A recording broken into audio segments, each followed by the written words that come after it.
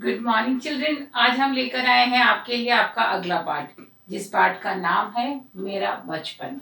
जैसे कि पाठ से ही हमें पता चल रहा है, शीर्षक से, कि यह बचपन पर आधारित एक पाठ है। और इस पाठ के लिखने वाले कौन है?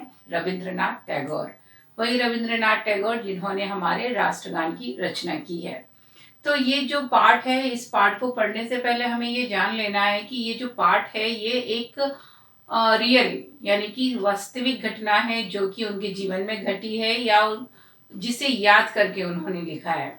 तो जब किसी बात को याद करके हम लिखते हैं तो वो लिखा हुआ हिस्सा, वो अंश या वो पाठ कहलाता है संस्मरण। तो ये जो पाठ है वो एक संस्मरण है जो उनके जीवन के यानी कि रविंद्रनाथ जीवन के किसी एक घटना पर आधारित है, जो उन्होंने रियल में जो उनके जीवन में घटित हुई और जो उन्होंने सोचा, और उसके आधार पर बाद में याद करके उसे उन्होंने लेखबद्ध किया है इस पाठ के शक्ल में।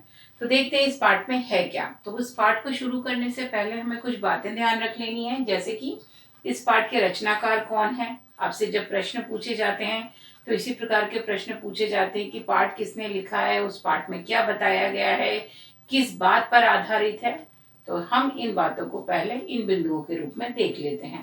पहला बिंदु है रविंद्रनाथ टैगोर द्वारा लिखित कहानी है ये। इसके रचनाकार कौन है? रविंद्रनाथ टैगोर। दूसरी बात के पाठ की विधा, ये कौन से प्रकार का पाठ है। पाठ अलग अलग तरीके के होते हैं, हमने पढ़ा। कहानी होती है, नाटक होते हैं, संस्मरण होते हैं। संस्मरण आपके लिए नया है। संस्मरण जिसे कि किसी पुरानी याद को याद करके जो लिखा गया हो, वो पाठ संस्मरण।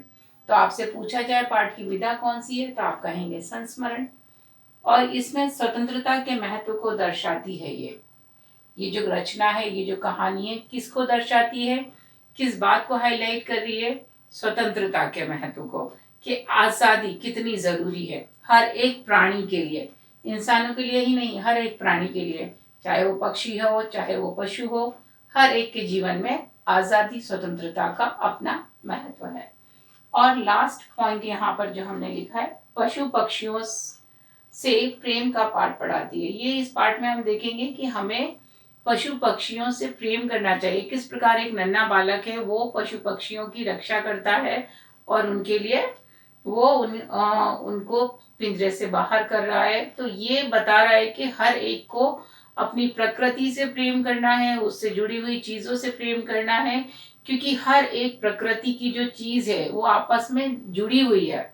अगर हम उनका रक्षा करेंगे, देखभाल करेंगे, तो वो एक चक्र चलेगा और वो हमारे लिए किस प्रकार अपना, वो हमें योगदान देते हैं, हमारी सहायता करते हैं। तो हमारा भी कर्तव्य है कि हम उनकी जीवन में बाधा ना डालें। तो चलिए देखते हैं ये पाठ किस प्रकार है। ये जो पाठ है मेरा बचपन, आप देख सकते हो कि चित्र में दिखाया गया है कि किस प्रकार बच्चे छत पर पतंग उड़ाते दिखाई दे रहे हैं, और एक बालक जो है वो यहाँ पर पिंजरे के साथ खड़ा हुआ दिखाई दे रहा है।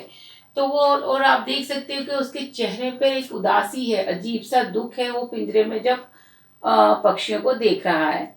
तो यहाँ पर इस पाठ में यही बताया गया है कि ये एक घर है, मोहल्ला है, कलकत्ता शहर में एक मोहल्ले में एक घर है। वहां पर एक बड़ा सा जो घर है वो लेखक का घर होता है, और वहां लेखक ने बताया है कि वो अपना समय छत पर पतंग उड़ाने में व्यतीत करते हैं, और देखते हैं कि किस प्रकार दूसरे बच्चे भी छत पर आकर पतंग उड़ा रहे हैं। तो लेखक को वो बहुत अच्छा लगता है समय पतंग उड़ाने का, और ये रंग बिरंगी पतंगों को जब वो आसमान में उड़ता हुआ देखते हैं तो उन्हें बहुत खुशी होती है।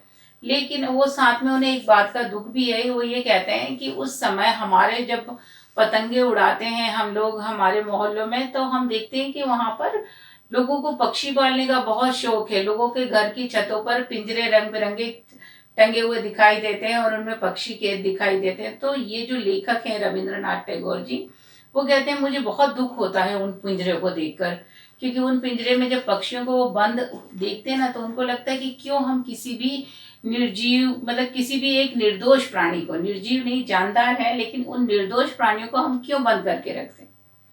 कि एक तरफ तो आसमान में खुली पतंगे उड़ती हैं दूर तक, और वहीं पर उनके साथ पक्षी भी हैं जो आसमान में घूम रहे हैं और विचरण कर रहे हैं, चहचहा रहे हैं, और दूसरी तरफ ये पिंजरे में बंद पक्षी।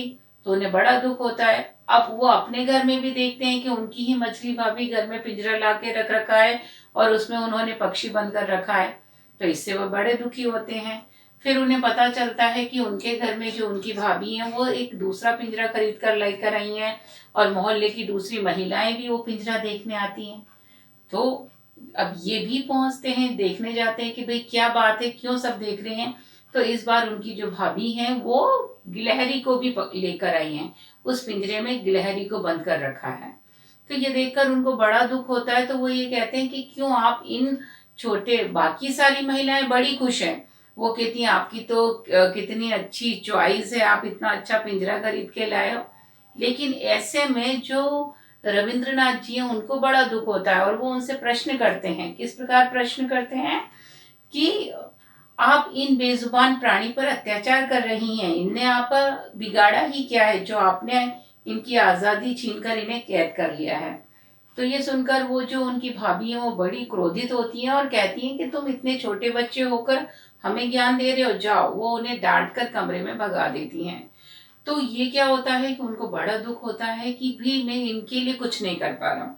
और एक दिन क्या होता, मौका पाकर वो देखते हैं कि घर में उन्हें कोई नजर नहीं आता, तो वो धीरे से जाकर पिंजरा खोल देते हैं और उन पक्षी को, गिलहरी को भगा देते हैं। और इस बात के लिए उन्हें बहुत डांट भी पड़ी, लेकिन वो चुपचाप सारी डांट खा जाते हैं, सहन कर लेते हैं। लेकिन उन्हें इस बात की खुशी है कि उन्होंने उन पक्षी को और गिलहरी को स्वतंत्र कर दिया। तो इस प्रकार ये घटना हमें क्या बता रही है कि ये दर्शा रही है कि किस प्रकार एक बालक ने उस पक्षी की और उस प्राणी यानी गिलहरी की जान बचाई, उन्हें खोल दिया और उनको अपना जीवन जीने के लिए स्वतंत्र छोड़ दिया। साथ ही हमें ये भी बताया है कि हर एक प्राणी का जीने का अपना ढंग होता है, ईश्वर ने उन्हें बनाया है। हम उनके जीवन में व्यवधान पैदा नहीं कर सकते, किसी की आज़ादी छीनने का हमें कोई हक नहीं है। और पक्षी, पक्षी का तो जीवन ही उड़ान है, उड़ना है, उसे पिंजरे में कैद करके रखना गलत है। तो ये पाठ इस प्रकार से है, तो आप लोग इस पाठ का वाचन कीजिए, इसमें आने वाले नए शब्दों को रेखांकित कीजिए। आगे के अभ्यास के लिए हम आपसे मिलेंगे अगले मॉड्यूल में, तब तक के लिए टेक केयर, बाय।